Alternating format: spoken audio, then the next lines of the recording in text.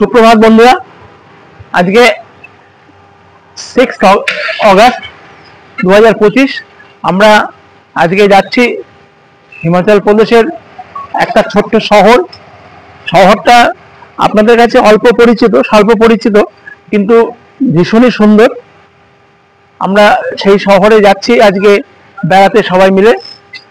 আমার সঙ্গে আমার গৃহিণী আছে, আমার মেয়ে আছে, জামাই আছে, আমার শ্যালক আছে। আমরা সবাই মিলে যাচ্ছি। আর যেতে যেতে আপনাদেরকে রাস্তার শোভা দেখাবো এবং যাওয়ার পরেও সেই শহরটা আপনাদের সামনে যতটা সম্ভব মেলে ধরার চেষ্টা করব। ঠিক আছে বন্ধু, আজকে এখন আমরা গাড়িতে উঠছি। গাড়িতে উঠে আমরা রওনা হই। তারপরে আস্তে আস্তে যতদূর এগোবো আপনাদেরকে দেখাতে যাব। আমরা এখন দাঁড়িয়েছি একটা ধাবাতে। এই ধাবা চণ্ডীগড় সিমলা যে হাইওয়ে বা কালকা সিমলা যে হাইওয়ে, সেই হাইওয়ের ওপরে আমরা এখানে দাঁড়িয়েছি একটু ব্রেকফাস্ট করার জন্য।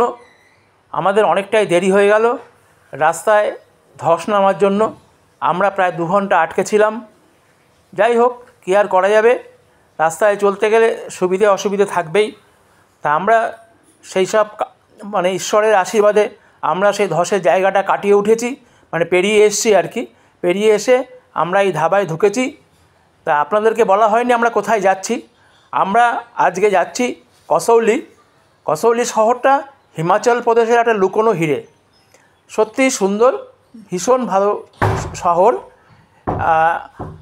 আপনারা যখন এই সিমলা বা মালানি আসার প্রোগ্রাম করবেন, তার মধ্যে অবশ্যই এই শহরটাকে ইনক্লুড করবেন। আমরা আবার ফিরে আসি ধাবার কথায়। আমরা যে ধাবাতে একটু ব্রেকফাস্ট করব, আমরা অর্ডার করেছি পরোটা, দই, আচার এবং চা। এই দিয়ে আমরা আজকের প্রাতরাশ সারব। প্রাতরাশ সেরে আমরা আবার এগিয়ে যাব। এই যে ভেতরে আমরা বসেছি, আমরা যখন যেমন হবে আর কি আপনাদেরকে দেখাতে যাব। এখন আমরা ব্রেকফাস্ট করি, তারপরে আবার আপনাদের সঙ্গে দেখা হবে, রাস্তায় কথা হবে, অনেক গল্প হবে। চলুন বন্ধুরা, আমরা এখন ব্রেকফাস্টটা সেরে নিই। আমরা ধাবা থেকে বেরিয়ে কালকা সিমলা রাস্তার কিছুটা এগিয়ে ধরমপুর বলে একটা জায়গা আছে, সেই ধরমপুর থেকে আমরা বাঁদিকে টার্ন নিয়ে নিলাম কসৌলির রাস্তায়। আর এখান থেকে কসৌলির দূরত্ব মোটামুটি ওই 8 কিলোমিটার। তা দেখুন, এই কসৌলি রাস্তায় ঢোকার পরেই এর কিন্তু পারিপার্শ্বিক শোভাটা কিন্তু একদমই বদলে গেল। আমরা এতক্ষণ কালকা সিমলা হাইওয়েতে থেকে যে শোভাটা পাচ্ছিলাম, সেই শোভার কিন্তু আর এই শোভার সঙ্গে কোনোই মিল নেই। এখানে শুধু দুদিকে পাইনের জঙ্গল আর সবুজ, একদম সবুজে মোড়া। দেখুন বন্ধুরা, যত দেখছি ততই যেন অভিভূত হয়ে যাচ্ছি এই প্রকৃতির শোভায়। কি সুন্দর প্রকৃতি! এখানে মনে হয় প্রকৃতি আপন খেয়ালে, আপন মনে, নিপুণ হাতে এই গাছ লাগিয়ে রেখেছে বা এই শোভা তৈরি করে রেখেছে আমাদের জন্য, যাতে আমরা আনন্দ পাই। প্রকৃতির কি অনবদ্য অবদান! আমরা এই মাঝে মধ্যে এই প্রকৃতির বিরুদ্ধেই আমরা এই সবুজকে ধ্বংস করি। যাই হোক, ওসব কথায় যাব না। আমরা আস্তে আস্তে এগিয়ে যাচ্ছি কসৌলির দিকে। আমরা কসৌলির দিকে যতই এগোচ্ছি ততই যেন মনে হচ্ছে সবুজের মধ্যে ঢুকে যাচ্ছি। ঠিক আছে বন্ধু, এবারে আপনাদের সঙ্গে আবার দেখা হবে কসৌলি পৌঁছবার পর। কসৌলি পৌঁছে আপনাদেরকে আমরা হোটেলে ঢুকবো এবং হোটেলও দেখাবো এবং শহরটা যতটা পারা যায় দেখাবার চেষ্টা করব। বর্ষার দিন, তাই চলুন বন্ধু এগিয়ে যাই। আমরা পৌঁছে গেলাম কসৌলি। আমাদের কসৌলির আজকে হোটেল সানসেট ভাইবস। দেখুন, আর আপনারা দেখছেন আমার চ্যানেল অভিযাত্রী সত্য। দেখুন বন্ধুরা, এই হোটেলেই ঢুকতেই রয়েছে একটা রুফটপ টেরেস, যেখানে বসে আপনি পরিবার পরিজন নিয়ে সময় কাটাতে পারবেন প্রকৃতির দৃশ্য দেখতে দেখতে। যদিও আজকে মেঘলা ওয়েদার, কুয়াশায় কিছুই দেখা যাচ্ছে না, তাই যখন পরিষ্কার থাকবে আপনারা এটা অনেকটাই এনজয় করতে পারবেন।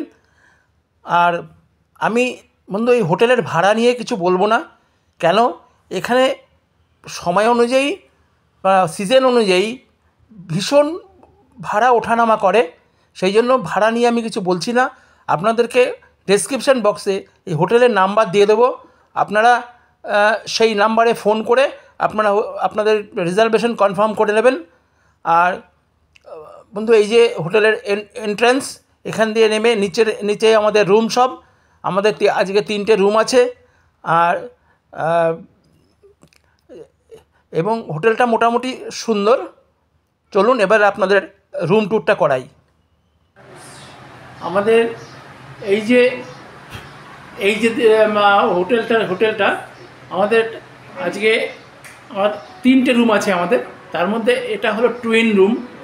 এই টুইন রুম দেখুন, আমি রুমের ভেতরে ঢুকছি।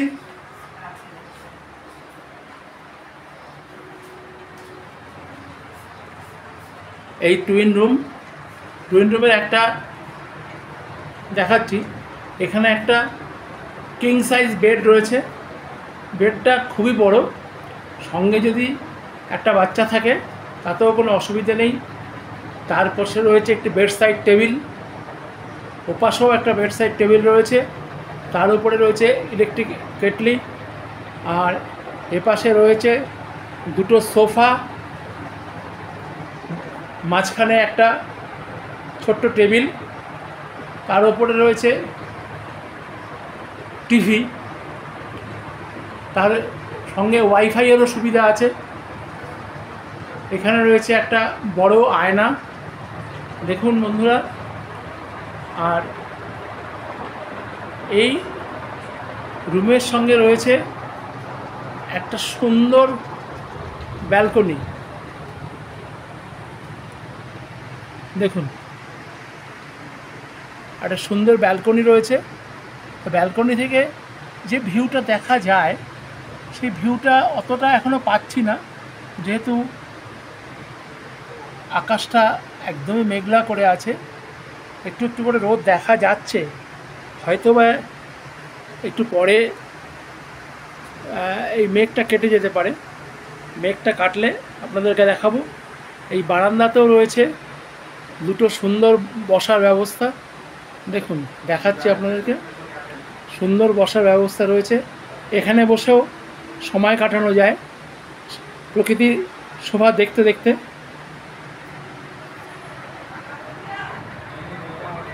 এখানে রয়েছে একটা বড় ওয়ার্ডরোব, দেখুন।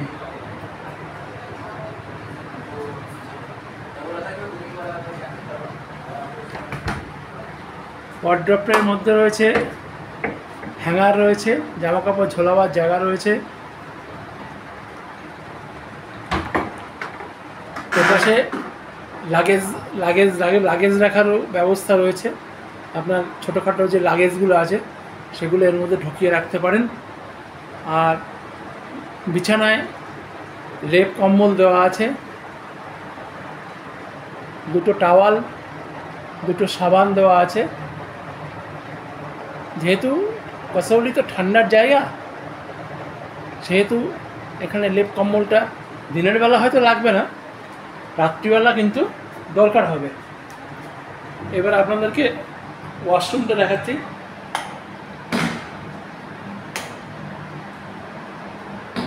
ওয়াশরুমটা ভীষণই বড়, খুব বড় ওয়াশরুমটা। ঢুকেই সামনে রয়েছে একটা ওয়াশ বেসিন, দেওয়া রয়েছে একটা মগ বালতি, রয়েছে একটা গিজার, আপনারা আপনাদের প্রয়োজনে জল গরম করেও ব্যবহার করতে পারবেন। আর রয়েছে একটা ওয়েস্টার্ন টয়লেট। একটা রুমই দেখালাম বন্ধু, আরেকটা রুম একটু অগোছালো হয়ে গেছে, সেই জন্য ওই রুমটা দেখানো যায়নি, দেখালাম না। ঠিক আছে, আবার পরে দেখা হচ্ছে। আমি রয়েছি কাসাউলি যে মল মার্কেট, সেই মল মার্কেটে রয়েছি। দেখুন আপনাদেরকে দেখাচ্ছি, এই মলের শুরু। এই পাশে রয়েছে মাল্টি লেভেল পার্কিং। এই পার্কিং পর্যন্তই যে বাইরে থেকে যারা গাড়ি নিয়ে আসবেন তাদেরকে এই মাল্টি লেভেল পার্কিং এখানেই এসে থামতে হবে এবং গাড়ি এই পার্কিংয়ে রেখে দিতে হবে। তারপরে যে আপনাকে হয় পায়ে হেঁটে ঘুরতে হবে, আর না হলে এখান থেকে লোকাল গাড়ি আপনাকে নিতে হবে। তো এখানে দেখার অনেকগুলো জায়গা আছে, যেমন monkey point, sunset point, lovers point, এগুলো রয়েছে। কিন্তু মাঙ্কি পয়েন্টে আমরা যেতে পারবো না। কেন?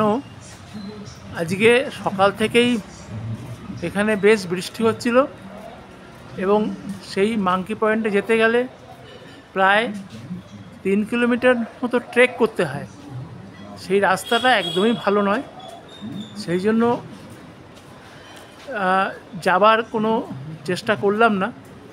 এই মাঙ্কি পয়েন্টের একটা মানে কি বলবো, গল্প বলবো বা পুরাণের একটা কাহিনী আছে।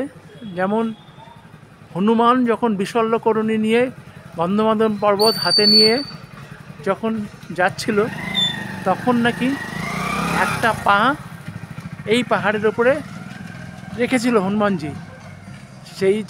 সেই থেকেই এটার নাম হয়েছে মাঙ্কি পয়েন্ট। আর আরেকটা সানসেট পয়েন্ট। তা আজকে তো সূর্যদেব তার মুখই দেখাননি, তা আপনাদেরকে আর সেটা দেখাতে পারলাম না।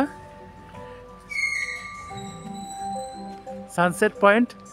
তা এখন চেষ্টা করব লাভার্স পয়েন্টে যাওয়ার।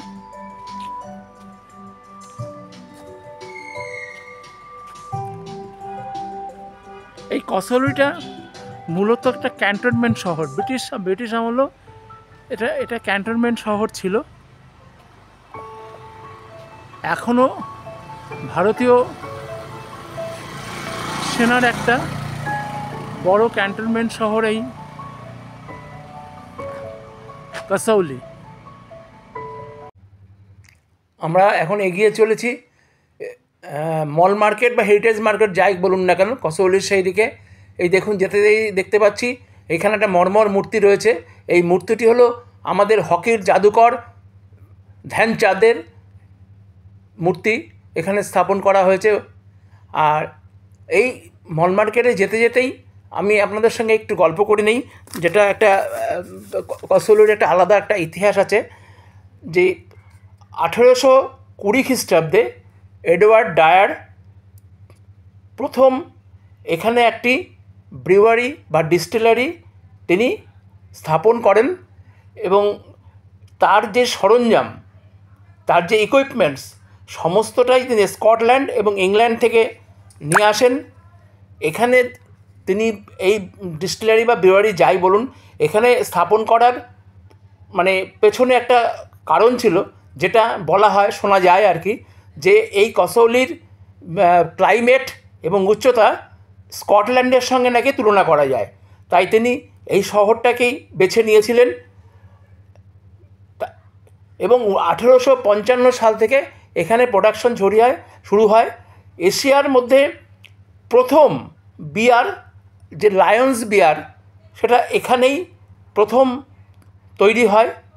এবং সোলার নাম্বার 1 যে সিঙ্গেল মল্ট হুইস্কি, সেটাও তৈরি হয়। এবং সেই দুটো ব্র্যান্ড এখনও সগৌরবে তো এখানে প্রোডাকশন হচ্ছে এবং সুরাপ্রেমিকদের কাছে ভীষণ মানে আদরের আর কি। এখনও তার সমান ঐতিহ্য বজায় রেখেছে। তাই এখানে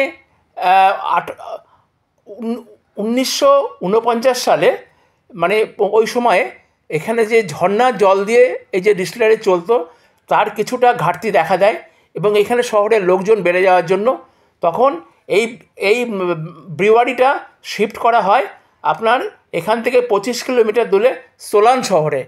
আর এই ডিস্টিলারিটা এখানেই থেকে যায়। আমরা এখন টিফিন করলাম নারিন্দার্স সুইটস, এটা কাসৌলির একটা বিখ্যাত স্ন্যাক্সের দোকান। এখানে সামোসা, বান সামোসা, বান গুলাব জামুন, তারপরে চাট সব কিছুই পাবেন। এবং দেখলাম বিভিন্ন মানে সময়ে বিভিন্ন লোক এসছে, তাদের যারা যে এই দোকানের খুব প্রশংসা করে গেছে। এবারে আমরা একটু একটু এ করে এগোচ্ছি, দেখুন আমরা আপনাদেরকে দেখাবো। এখানে প্রচুর দোকান, প্রচুর, মানে আপনার ফাস্টফুডের কোনো অভাব নেই। আপনি আপনার নিজের পছন্দ এবং রুচি অনুযায়ী আপনি ফাস্টফুড এখানে খেতে পারেন। কিন্তু একটাই অসুবিধা হলো, যেহেতু আমি অগাস্টের 6 তারিখে এসেছি, পুরো বর্ষা, এই বর্ষায় যে এখানকার যে পয়েন্টগুলো আছে কোনো পয়েন্টেই যেতে পারছি না, কারণ বর্ষা থেকে থেকে থেকে থেকে বৃষ্টি নেমে যাচ্ছে। আর আপনাদের তো আগেই বললাম যে মাঙ্কি পয়েন্টে যাওয়ার কোনো উপায় নেই। সানসেট পয়েন্টও তাই, সেখানেও খুব কুয়াশায় ঢাকা, কিছুই দেখা যাচ্ছে না, কিছুই দেখাতে পারেনি আপনাদেরকে। আর যেটা লাভার্স পয়েন্ট আছে, জানি না সেই অবধি যেতে পারবো কি না। বারবার বৃষ্টি আসছে, বৃষ্টিতে আটকে যাচ্ছে, দাঁড়িয়ে পড়ছি। এইভাবে দাঁড়িয়ে বেশ অনেকটা হাঁটতে হয় আর কি এই মল মার্কেটের থেকে, এবং এই দাঁড়িয়ে পড়তে পড়তে কত দূর যেতে পারবো বুঝতে পারছি না আর কি। দেখছি কতটা যাওয়া যায়।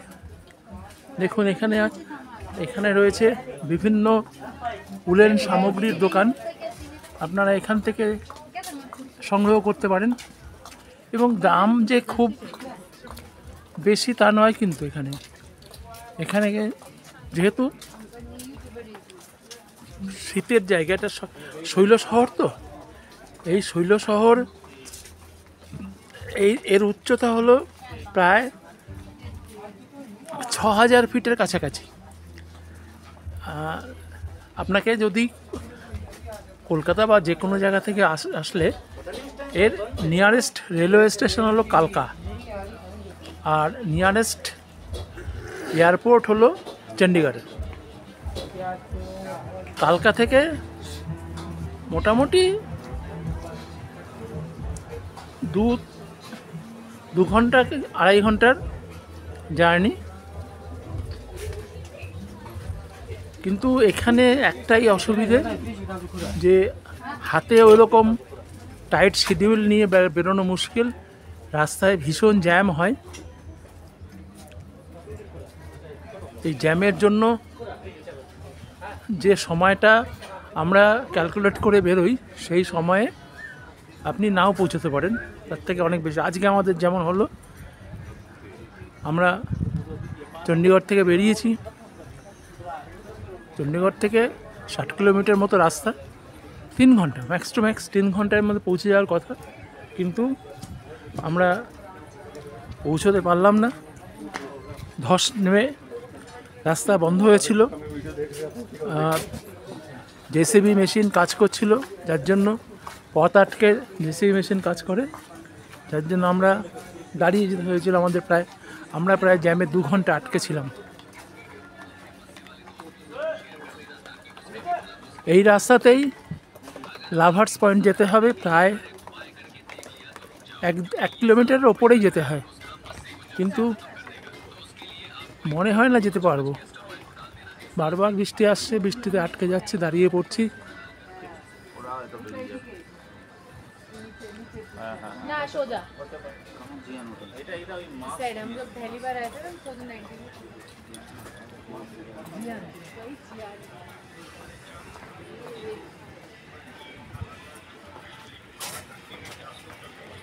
কসৌলি শহরটা খুব ছোট, কিন্তু এত সুন্দর এবং এর আবহাওয়া ভীষণ মনোরম, ভীষণ মনোরম।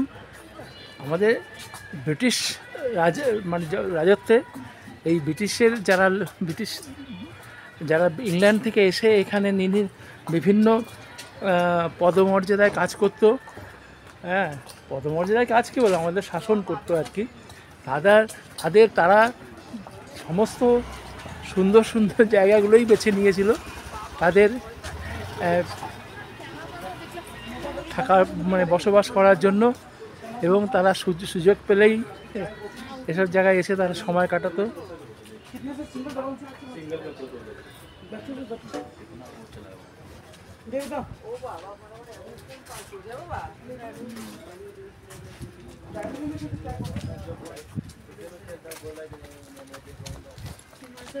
কসৌলির আবহাওয়াও খুব মনোরম, ভীষণ মনোরম আবহাওয়া। এই যে এখানে রয়েছে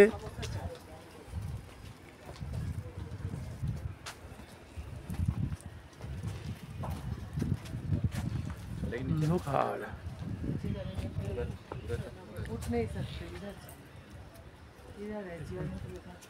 এখানে প্রাইমারি হেলথ সেন্টার রয়েছে, নিউ মার্কেট রয়েছে। শুনি আজকে ভীষণ কুয়াশা, কাল রাত থেকে বৃষ্টি হচ্ছে, এবং এই কুয়াশার জন্য আপনাদেরকে অনেক কিছুই দেখাতে পারলাম না। আপনারা যখন আসবেন, সিমলা ঘুরতে আসবেন, বা সিমলা এমনিতেও আপনি কসৌলিকে টার্গেট করেও বাড়ি থেকে বেরোতে পারেন। আমরা সাধারণত কী করি, যে যখন কলকাতা থেকে বা অন্য কোথাও থেকে বেরোই, আমরা সিমলা যাব, মানালি যাব, কুলু যাব, কিন্তু কসৌলিটা খুবই স্বল্প পরিচিত শহর, কিন্তু খুব সুন্দর, এত সুন্দর। আমি আজকে চণ্ডীগড়ে দীর্ঘদিন আছি, যার জন্য এই শহরটাকে আমি ভীষণই ভালোবেসে ফেলেছি। বারবার ভালোবাসার টানে এই শহরে চলে আসি। আপনি একবার এসে দেখুন না, পরিবার পরিজন নিয়ে খুব ভালো লাগবে, ভীষণ ভালো লাগবে। সিমলা, আপনারা তো সিমলা সবসময় যান, দার্জিলিং যান, একবার আসুন এখানে, দেখবেন এই শহরটা কত সুন্দর এবং এত শান্ত, এত নিরিবিলি। আপনি আপনার মতো করে আপনি আপনার যে ট্যুরটাকে আপনি এনজয় করতে পারবেন। আর এগোতে পারলাম না, আবার বৃষ্টি চলে আসছে, আর এগোতে পারবো না, এবং ভীষণ কুয়াশা।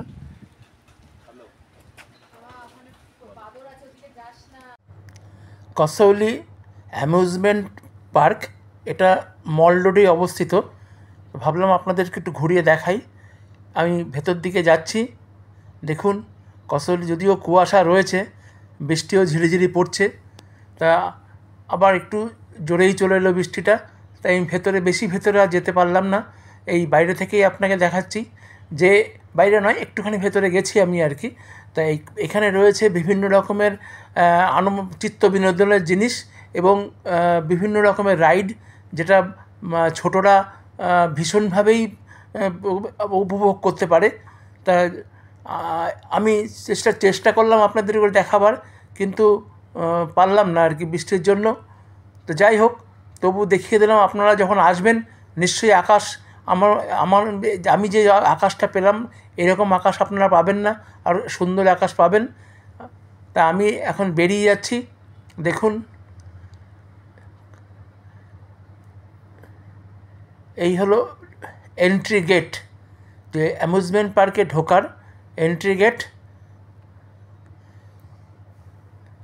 হ্যাঁ, এন্ট্রি গেট। তা আমরা এখন হোটেলে ফিরে যাচ্ছি। আবার দেখা হবে কাল সকালে কসৌলি ভ্রমণের দ্বিতীয় খণ্ডে।